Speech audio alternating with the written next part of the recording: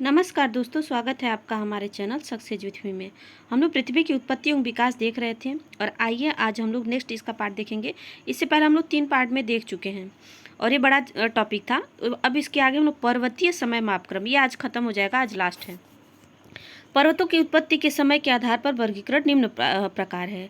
देखिए इसमें pre Cambrian में इस युग काल में निर्मित प्राचीनतम पर्वतों को आर्कियन पर्वत कहते हैं। इस काल के शैलों में जीवाश्मों का पूर्णतः अभाव था। इस समय के 3 प्रमुख पर्वत लॉरेंसियन, अल्गोमन तथा किलार्नियर है। ठीक है, ये क्या है, प्री कैम्ब्रियन के हैं।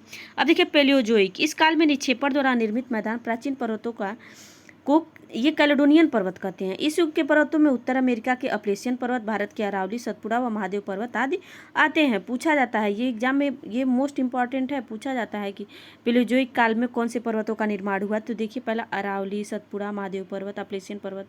इस समय देखिए ये तो मेसोजोइक में क्या है, इस समय मध्ययुगीन पर्वतों का निर्माण हुआ जिसे हर्सिनियन पर्वत कहते हैं। देखिए इस युग के पर्वतों में यूरोप के हार्ज, ब्लैक फॉरेस्ट, यूराल पर्वत तथा एशिया के अल्टई और तियान शान तथा खिंगन पर्वत इत्यादि हैं। अब देखिए मोनोजोइक में इस काल में अवसादों के निक्षेपण उनमें वलन द्वारा निर्मित नवीनतम पर्वतों को अल्पाइन पर्वत कहते हैं। इस युग के पर्वतों के उत्तर में के राकी, देखिए इस पर्वतों में उत्तर अमेरिका में राकी, दक्षिण अमेरिका के एंडीज और एशिया का हिमालय पर्वत प्रमुख है। ठीक है, अब आइए वायुमंडल का विकास देखते हैं। पृथ्वी के चारों ओर पाए जाने वाले गैसों के आवरण को वायुमंडल कहते हैं, जिसमें जीवों को जीवन जीने योग्य दशा तथा वायु प्राप्त होती है। पृथ्वी की उत्पत्ति के बाद वायुमंडल में हाइड्रोजन और हीलियम की अधिकता थी, जो सौर पवनों के कारण पृथ्वी से दूर हो गई। अधिक प्रारंभिक वायुमंडल में जलवाष्प, nitrogen, carbon dioxide, methane, ammonia, neon अधिक मात्रा में थे, जबकि ऑक्सीजन बहुत कम थी। पृथ्वी के शीतलन के साथ साथ जलवाष्प का संघनन शुरू हुआ एवं वर्षा आरंभ हुई। CO2 के वर्षा जल में घुलने से तापमान में कमी हुई। कालांतर में शैवालों तथा पौधों का विकास हुआ तथा प्रकाश संश्लेषण की प्रक्रिया प्रारंभ हुई। फलतः ऑक्सीजन के निर्माण की प्रक्रिया प्रारंभ हुई और ये वायुमंडल में स्वतंत्र ऑक्सीजन के स्तर में वृद्धि होने लगी। अब देखिए पृथ्वी की सतह से ऊपर की तरफ जाने पर वायुमंडलीय गैसों की सघनता में कमी आती जाती है एवं स्थलीय सतह की अपेक्षा समुद्री सतह पर वायुमंडलीय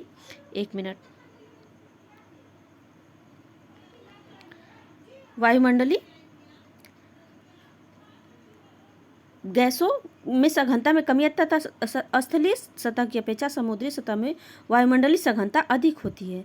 वायुमंडल में नाइट्रोजन 78.08% तथा ऑक्सीजन, यह डाटा पूछा जाता है, इसको ध्यान रखिएगा, 20.95% प्रमुख रूप से पाई जाती है तथा शेष 1% में कार्बन डाइऑक्साइड तथा अन्य गैसें सम्मिलित हैं।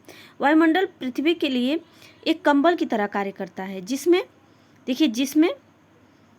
जिसके कारण दिन एवं रात का तापांतर अधिक नहीं रहता है। यदि यह वायुमंडल न हो तो पृथ्वी भी चंद्रमा की भांति दिन में अधिक गर्म एवं रात में बहुत अधिक ठंडी होती है। ठीक है, अब देखिए नोट में कुछ ये दिया हुआ है, कुछ इंपॉर्टेंट पॉइंट्स हैं। पृथ्वी की आयु निर्धारित करने में यूरेनियम डेटिंग विधि का प्रयोग किया जाता है, ये भी क्वेश्चन पूछा गया है। धरती पर मौजूद प्रत्येक जीव में कार्बन उपस्थित है। जीवो कार्बनिक पदार्थों की आयु निर्धारित करने में कार्बन डेटिंग विधि का प्रयोग किया जाता है और वैज्ञानिक जीवन की उत्पत्ति को एक तरह की रासायनिक प्रतिक्रिया मानते हैं।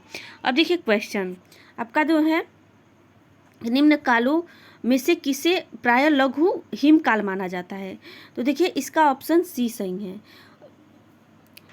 1650 से 1870 ईस्वी। निम्न कालों में से किसे प्राय लघु हिमकाल माना जाता है। पहला ऑप्शन दिया है 750 से 850 ईस्वी, 950 से 1250 ईस्वी और 1650 से 1870 ईस्वी और आज से 8000 से 10,000 वर्ष पूर्व।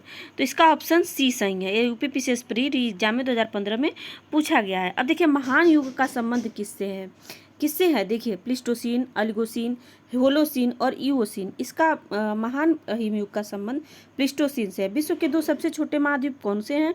तो देखिए ऑस्ट्रेलिया और अंटार्कटिका, अंटार्कटिका यूरोप, ऑस्ट्रेलिया और यूरोप और ऑस्ट्रेलिया और दक्षिण अमेरिका। इसका ऑप्शन सी सही है, ऑस्ट्रेलिया और यूरोप विश्व के 2 सबसे छोटे महाद्वीप हैं। डायनासोर का काल आज से कितने वर्ष पहले था।